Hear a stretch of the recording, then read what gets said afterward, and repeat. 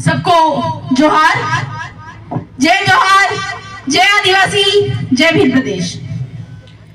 अपनी बातों को शुरू करने से पहले मैं मंच पर उपस्थित मंचासीन हमारे आदिवासी पुरखों बिरसा मुंडा, राणा पुंजा भील, टंटा मामा भील और साथ ही साथ हमारे आदिवासी समुदाय के लिए, हमारे भीलों के लिए बलिदान देने वाले हमारे दादा मन्नारे जगदीश जी पांडुर को भी शत शत नमन करती हूँ।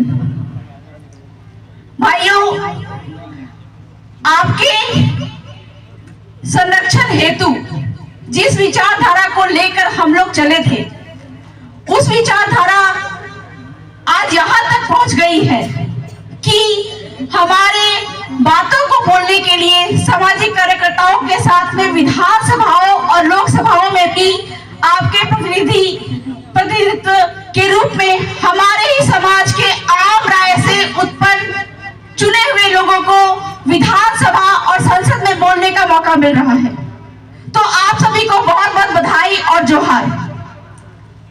यूं तो मैं सामाजिक हूं और अपने परिचय के तौर पे मैं बता देना चाहती हूं कि जब भी मुझे मंच पे बुलाया जाए तो मुझे बबीता कच्छप की जगह पे मुझे बबीता मसार करके बुलाया जाए, क्योंकि मैं तो झारखंड की बेटी हूँ।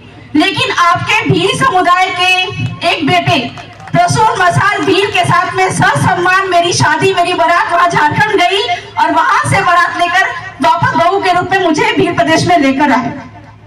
मैं याद करती हूँ कि जिस समय पे मैं समाज सेवा कर रही थी और समाज सेवा करते हुए वहां पे झारखंड में जो मुंडा समुदाय के जल जंगल जमीन की हमने लड़ाइयां शुरू की थी, उस लड़ाइयों के दौरान में वहां के जो मुंडा आदिवासियों की जमीन पे गड़ा हुआ 10 लाख टन सोना। एक बात मैं साफ साफ बता देना चाहती हूँ कि जो संयुक्त राष्ट्र संघ अमेरिका है, आज विश्व गुरु बन के बैठा हुआ है, उसके पास मात्र 6 लाख टन सोना है। और सुप्रीम कोर्ट यहाँ पे भारत में ही जजमेंट दे चुका है, जो सबसे बड़ा कोर्ट है। उसने क्या कहा कि जिसकी जमीन उसका खनिज, मतलब आपकी जमीन पे अगर सोना, लोहा, चांदी, लोह जो भी है आपकी जमीन पे निकलता है तो उसमें सबसे पहला अधिकार आपका होगा। और झारखंड में जो 10 लाख टन सोना था, हमारे आंदोलन का, हमारे जन जागरण का और हमारे जो संवैधानिक अधिकार की जानकारी थी, उसके माध्यम से वहां के आदिवासी इतने जागरूक हो गए कि वहां पे 10 लाख टन सोना आज भी आदिवासियों की जमीन पे है।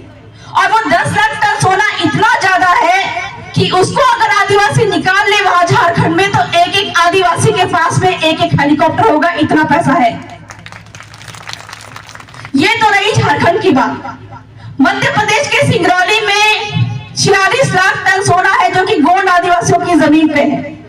और आपके भील प्रदेश में घाटोल, जो कि बांसवाड़ा है, वहां पे 11 करोड़ टन सोना भीलों की जमीन पे है। अगर ये खनिज आदिवासी निकाल ले तो आदिवासियों को किसी के आगे हाथ फैलाने की जरूरत नहीं पड़ेगी। तो ये सारी जो जल जंगल जमीन खनिज की जो जानकारी है, ये जानकारी देने के लिए एक जो विचारधारा यहाँ पे चल रही है भील प्रदेश में, उसी का नतीजा है कि आज यहाँ पे भारत आदिवासी पार्टी के रूप में एक विचारधारा को संसद और विधानमंडल में उसको बैठाया गया। और इसकी जरूरत क्यों पड़ी, इसके बारे में मैं थोड़ा बताना चाहती हूँ। क्योंकि सुप्रीम कोर्ट ने एक बात बोली है। क्या बोली है? ना लोकसभा ना विधानसभा, सबसे ऊंची ग्राम सभा। और ये जो विचारधारा यहाँ पे चल रही है, इसका मुख्य उद्देश्य है यहाँ के जो चलते आ रहे गमेती मुखी पटेल व्यवस्था को आदिवासियों को मालिक बनाना। जहाँ पे हमारे ग्राम सभा और जो मालिक व्यवस्था है, पटेल व्यवस्था, वो अपने हक अधिकारों को जानने में, उनके इम्प्लीमेंटेशन में पीछे हट जाती है, तो वहां पे प्रशासन और जो कानून हमारे जल जंगल जमीन को खत्म करने के लिए, लूटने के लिए जो कानून बनते हैं, उसको रोकने के लिए हमको संसद और विधानमंडल के अंदर में हमारे ही बीच के लोगों को भेजना बहुत ही आवश्यक है। तो आज के दिन में हमारे दादा विनोद मसार, इनके माध्यम से मैं ये कहना चाहूंगी कि आपके बीच के आदमी को संसद और विधानमंडल में भेजने की जरूरत है। आपके नजदीक ही जो क्षेत्र है उदयपुर में, वहां पे यूआईटी और यूनिक के नाम से एक प्रोजेक्ट आ रहा है जो कि नगर निगम का विस्तार के रूप में लाया जा रहा है। आपके खेरवाड़ा में भी नगर निगम का विस्तार किया गया है और जैसा कि संविधान में लिखा हुआ है, संविधान के अनुच्छेद 243 जेड-सी के अनुसार यहाँ पे नगर पालिका और नगर निगम अवैध है, ठीक है।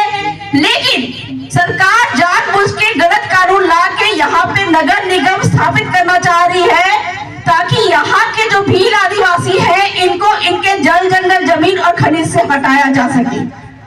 कल तक हमको लगता था और कल तक हमको पता था कि ये जल जंगल जमीन खनिज हमारा है। आज जितनी भी लड़ाइयां होती है या फिर अंग्रेज के समय में जितनी भी लड़ाइयां होती थी, वो सारी लड़ाइयां जो थी वो हमारे जल जंगल जमीन और खनिज को बचाने के लिए ही थी। कल तक जो जंगल हमारा था आज उस पर सरकार कब्जा करके बैठी है वन विभाग के नाम पे। हम ये बात बोलते हैं कि जल जंगल जमीन हमारा है, लेकिन जब कोई पूछता है कि ये जल जंगल जमीन आपका कैसा है, कोई नहीं बता सकता है। तो आपको ये बात समझना पड़ेगा और ये बात जाननी पड़ेगी और ये बात आपको कोई भी नहीं बताएगा, कोई भी सरकार नहीं बताएगी, कोई भी नेता मंत्री नहीं बताएगा। लेकिन जो इस विचारधारा के माध्यम से चुने हुए लोग हैं, आपके प्रतिनिधि हैं, वही आपको इन सारी बातों की जानकारी दे सकते हैं। और जो 10 लाख टन सोना वहां पे सरकार के हलक से निकाल के हम लोगों ने वापस लिया, आपके यहाँ भील प्रदेश में भी जितना ज्यादा खनिज है वो सारे हलक से निकाल के आदिवासी, यहाँ के स्थानीय आदिवासियों के नाम पे होगा। ये जानकारी आपको यहाँ के जनप्रतिनिधि संरक्षण निधि से मिलेगा। तो ये बात हम बोलते हैं कि जल जंगल जमीन हमारा है, लेकिन जब पूछा जाता है कि ये खाली पड़ी जमीन आपकी कैसे है, कोई नहीं बता पाता है। ये खाली पड़ी जमीन अगर पूछा जाता है कि ये खाली पड़ी जमीन किसकी है, तो हम क्या बोलते हैं किसकी जमीन है? सरकारी जमीन है। जो खाली पड़ी चरवाहा जमीन हम बोलते हैं सरकारी जमीन है। आप हमको बताइए, यहाँ पे हर किसी व्यक्ति को जो जमीन मिलती है वो बाप के बाप के बाप के बाप से मिलती है। हर व्यक्ति को जो जमीन मिलती है वो बाप के बाप के बाप के बाप से मिलती है। अगर सरकार की ये जमीन है तो सरकार के बाप का नाम क्या है? ये खाली पड़ी जमीन जो है वो अगर सरकार का है तो सरकार को बोलो कि उसके बाप का दस्तावेज दिखाए, कभी नहीं दिखा पाएंगे। क्यों? क्योंकि हर 5 साल में सरकार का बाप बदल जाता है। कभी भाजपा की सरकार होती है, कभी कांग्रेस की सरकार होती है, तो कोई एक बाप नहीं है। तो ये खाली पड़ी जमीन है, ये नदी है, ये तालाब है, इस गांव के अंदर में वो सारी किसकी है? क्योंकि आपकी जो जमीन है वो जमीन तो आपके बाप के बाप के बाप के बाप से मिली है। अगर आपकी जमीन की बात होगी तो हम ये बोल सकते हैं कि मेरे पिताजी थे, उनके पिताजी थे। हमारे यहाँ पे लड़कियों को जमीन में हिस्सा नहीं देते हैं। क्यों नहीं देते? क्योंकि लड़की कल को अगर गैर आदिवासी से शादी कर लेगी तो जमीन भी गैर आदिवासी के पास में चला जाएगा। लेकिन आज हम अपनी जमीन सरकार को भी दे रहे हैं और गैर आदिवासियों को भी बेच रहे हैं। तो हमको ये जानना पड़ेगा कि ये जल जंगल जमीन और खनिज हमारी कैसे है। जिस समय यहाँ पे कोई नहीं था, कोई अंग्रेज नहीं थे, कोई तुर्क नहीं थे, कोई मुगल नहीं थे, कोई भी सरकार नहीं थी, उस समय 200 साल 300 साल से भी ज्यादा हमारे बाप दादा यहाँ पे थे। और इसी का उदाहरण है कि राणा पुंजा भील जो है, उनकी बात तो छोड़ो, तो यहाँ पे जब कोई मुगल नहीं थे, तुर्क नहीं थे, पुर्तगाल नहीं थे, उस समय हमारे यहाँ पे बाप दादा रहते थे। और उन्होंने क्या किया था कि ये गांव का सीमाना तय किया था।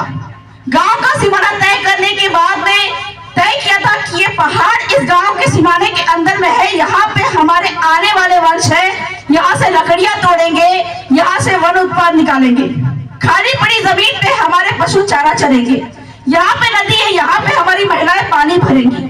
ये तय करके उन्होंने गांव के सीमाना के अंदर में सारे नदी तालाब जंगल को अपने गांव के अधीन में किया। और जो पहला शिलावासी, हमारे जो खत्री का पहला जो पत्थर गड़ता है, वो नाम से है। और उसी वंशानुगत खत्री के जो बेटे के बेटे के बेटे आज भी गमेती पटेल बनते आ रहे हैं। तो इस तरह से हम बोल सकते हैं कि ये पूरा का पूरा गांव जो है, यहाँ के पहले जो व्यक्ति जिनका शीरा वावसी है उनके नाम का है, किसी सरकार की जमीन यहाँ पे नहीं है। तो ये जंगल की अगर बात कर रहे हैं, आज हमारी महिलाएं जंगल जाती है, जंगल में लकड़ियां चुनती है, यहाँ पर से कोई वन उत्पाद तोड़ती है तो उनपे केस लगा दिया जाता है कि ये जंगल तो वन विभाग का है। तो आप हमको ये बताइए कि अगर ये जंगल वन विभाग का है तो वन विभाग के बाप का नाम क्या है? यही बात रतन महल के जंगल में भी पूछी गई थी, जो कि गुजरात में पड़ता है। वहां के भीलों की जो गमेती व्यवस्था थी, उन्होंने वहां पे यही सवाल पूछा। क्यों? क्योंकि ये जंगल पे कब्जा करके सरकार जो है, वन विभाग है, रीछ अभयारण्य के नाम पे पूरा जंगल अपने नाम पे कर लिया था। और वहां पे एंट्री के रूप में वहां पर से एंट्री फीस लेते थे, रेस्टोरेंट चला रहे थे, वहां पर टेंट सिटी के नाम पे जो भी वहां पे आ रहे उनसे पैसे वसूल रहे थे। तब जाके वहां के गांव ने संविधान के अनुच्छेद 13(3) का, जिसमें यह साफ साफ लिखा हुआ है कि आदिवासियों की रूढ़ी प्रथा को विधि का बल प्राप्त है। ये पावर का इस्तेमाल करते हुए उन्होंने अपने गांव में ये निर्धारित कर दिया कि ना लोकसभा ना विधानसभा, सबसे ऊंची ग्राम सभा। ये करके तब उन्होंने ये कहा कि ये जो वन विभाग के नाम पे आप यहाँ पे जो रीछ अभयारण्य, कल तक हम जाते थे कि हमारे बाप दादाओं का जंगल था, तो ये तुम्हारा कैसे है? उन्होंने ये पूछा कि ये जंगल अगर तुम्हारे बाप का है तो तुम्हारे बाप का दस्तावेज दिखाओ। तब जाके वहां पे वन विभाग ने क्या बोला कि ये जो जंगल आपको दिखाई दे रहा है, ये 114 आदिवासी भील आदिवासियों के नाम पे है। तो कुल मिला के ये समझ जाना चाहिए आपको कि ये गांव के अंदर में जितना भी नदी, तालाब, पहाड़ है, वो सारा हमारे गांव का है। और जब भी हमको लड़ाइयां लड़नी पड़ती है तो ये जो बात आती है, ना लोकसभा ना विधानसभा, सबसे ऊंची ग्राम सभा, जो कि संविधान के अनुच्छेद 13(3) में लिखित है। और ये बात कहां से आई? ये बात सुप्रीम कोर्ट ने उड़ीसा के एक जजमेंट में कहा था। क्या कहा था कि वहां पे उड़ीसा में नियमगिरी पहाड़ी पे आदिवासियों की जमीन पे, आदिवासियों के पहाड़ पे बॉक्साइट का खनन कर रही थी ये कंपनी। और उस कंपनी में वहां के ग्राम सभाओं ने मना कर दिया कि हम अपना पहाड़, चूंकि ये पहाड़ पे हमारे देवता बसते हैं, ये पहाड़ जो है हम किसी सरकार को नहीं देंगे, किसी कंपनी को नहीं देंगे। तब जाके उन्होंने सुप्रीम कोर्ट तक अपनी बात पहुंचाई। और बात पहुंचाने के बाद में वहां पे सुप्रीम कोर्ट खुद उस गांव तक आए। और गांव में आने के बाद में उन्होंने कहा, गांव से पूछा कि क्या आप अपनी जमीन इन सारे सरकार को या इस कंपनी को देना चाहते हैं? तो वहां पे 21 पाल पटेल गमेती बैठी। और बैठने के बाद उन्होंने ये कहा कि हम अपनी पहाड़ जो है किसी सरकार, किसी कंपनी को नहीं देंगे। तब जाके सुप्रीम कोर्ट ने कहा कि मैं 21 ग्राम सभाओं के खिलाफ में नहीं जाऊंगा। और उस दिन से ये निर्णय आया, ना लोकसभा ना विधानसभा, सबसे ऊंची ग्राम सभा। लेकिन आज हम अपने गांव के पावर से अनभिज्ञ हैं। और ये विचारधारा जो चल रही है, इसका मुख्य उद्देश्य यही है कि हमारे जो निचले तबके के, सबसे निचले तबके के लोग हैं, इनको उनका पावर दिलाना, उनके पावर का एहसास दिलाना, जो कि सुप्रीम कोर्ट के 5 जनवरी 2011 के जजमेंट में भी लिखित है। क्या बोला गया है कि 92% जो लोग हैं इस भारत देश के निवासी, वो विदेशी है, आक्रमणकारी है और उनकी संतानें हैं। और जो 8% आदिवासी यहाँ पे रह रहे हैं, जो भील आदिवासी यहाँ पे रह रहे हैं, वो इस भारत देश के असली मालिक हैं। और बाकी के सारे विदेशी है और आक्रमणकारी हैं। तो इस गांव के पावर का इस्तेमाल किया गया बहुत सारे जगहों पे। जैसे आपके जो उदयपुर में नगर पालिका बैठ रही थी यूडीए के नाम पे, उस यूडीए के नाम से जो प्रोजेक्ट वहां पे बैठ रही थी, वहां की ग्राम सभाओं ने साफ साफ मना कर दिया।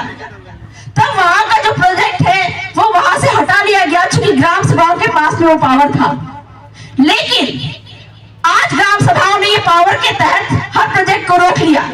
लेकिन फिर से नए बना के संसद और विधानमंडल में जो बाहरी लोग बैठे हुए हैं वो नए कानून बनाते हैं और आपको फिर से विस्थापन करने का नया नया कानून लेकर आते हैं।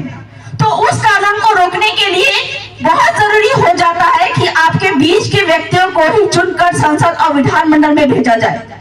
और इसलिए ये जो पार्टी है बाप पार्टी, इसके माध्यम से आपके जो आम राय से सिलेक्टेड व्यक्ति है जो कि जल जंगल जमीन और खनिज के सारे अधिकारों को जानते हैं, विनोद जी मसाद, इनको चुन के संसद, इनको चुन के विधानमंडल में भेजने की आवश्यकता है आप लोगों को। क्योंकि हमारे विचारधारा से चुने हुए 2 विधायक हैं, इन्होंने संसद और विधानमंडल की जो बातें हैं इनको विधानसभा के पटल पे रखा है। जो 100% आरक्षण की बात कर रहे हैं, जो कि अभी अभी दादा ने बताया कि 10% आरक्षण ईडब्ल्यूएस को संविधान के विरुद्ध में दिया गया, लेकिन आदिवासी समुदाय को जो 100% आरक्षण प्राप्त है उसके खिलाफ में जितने भी यहाँ के विधानमंडल के बैठे हुए जनप्रतिनिधि हैं वो लगातार कानून पे कानून बनाए जा रहे हैं। तो आपके बीच के ही सिलेक्शन विधि से चुने हुए 2 विधायक राम प्रसाद जी डिंडोर और राजकुमार जी रोड ने विधानसभा में ये बात रखी कि यहाँ पे जो आरएएस और आरपीएस का जो पोस्ट है वो सिर्फ और सिर्फ यहाँ के आदिवासी भील आदिवासी से ही भरे जाने चाहिए, और यहाँ पे जितने भी नौकरियां होती है वो सिर्फ और सिर्फ उन पे यहाँ के स्थानीय भील आदिवासियों को ही भर्ती करनी चाहिए, जो कि संविधान में लिखित है। नगर पालिका नगर निगम यहाँ पे अवैध है, ये बात भी उन्होंने विधानसभा में रखी, जो कि वहां के राज्यपाल ने मान भी लिया है। और वहां पे आईपीसी सीआरपीसी यहाँ पे लागू नहीं होता है, इसकी बात भी उन्होंने विधानसभा में रखी। क्योंकि कल तक हमको ये बात पता थी कि जब तक हमारे पास में गमेटी पटेल व्यवस्था थी, हमारे क्षेत्र में कोई भी पुलिस नहीं घुसती थी। हमारे यहाँ पे एक व्यवस्था है जिसमें शादी के समय में भील आदिवासियों में दहेज का कोई प्रथा नहीं है और आदिवासियों पे हिंदू मैरिज एक्ट लागू नहीं होता है। पर आज के समय में हमारे भील आदिवासियों पे दहेज का कानून लगा दिया जा रहा है, और दहेज का कानून लगाने के बाद में उनको जेलों में डाला जा रहा है। जबकि एक उदाहरण हमारे पास में है, एक आपके कुलदीप मावी करके हमारे गुजरात के भाई है, उनपे भी महिला ने दहेज का केस लगा दिया था। तब उन्होंने वहां पे कोर्ट में ये बात रखी कि हमारे भील आदिवासियों में दापा प्रथा है, मतलब कि लड़के दहेज लेते नहीं है बल्कि लड़के दहेज देते हैं। ये बात जब उन्होंने वहां पर रखी तो कोर्ट ने बोला कि आप अपने मैटर को ले जाके ग्राम सभा के बीच में रखिए, और इस प्रकार से दहेज का केस जो उस व्यक्ति पे लगा हुआ था वो हट गया। तो ये सारी बातें जो है कि हमारे बीच के जो चुने हुए जो जनप्रतिनिधि है, इन सारे लोगों को जो 17 विधानसभा में जिन लोगों को हम लोग चुन के भेज रहे हैं, ये हमारे कानून संविधान की सारी बातें जानते हैं। तो मैं आप लोगों से ये अनुरोध करना चाहूंगी कि आपके जल जंगल जमीन खनिज कैसे बचाए जाए, और इनके द्वारा जो भी संवैधानिक अधिकार है ये जानने वाले लोगों को ही संविधान कानून को जानने वाले लोगों को ही आपको विधानसभा में भेजने की जरूरत है। तो बहुत बहुत जोहार, जय आदिवासी, जय भील प्रदेश।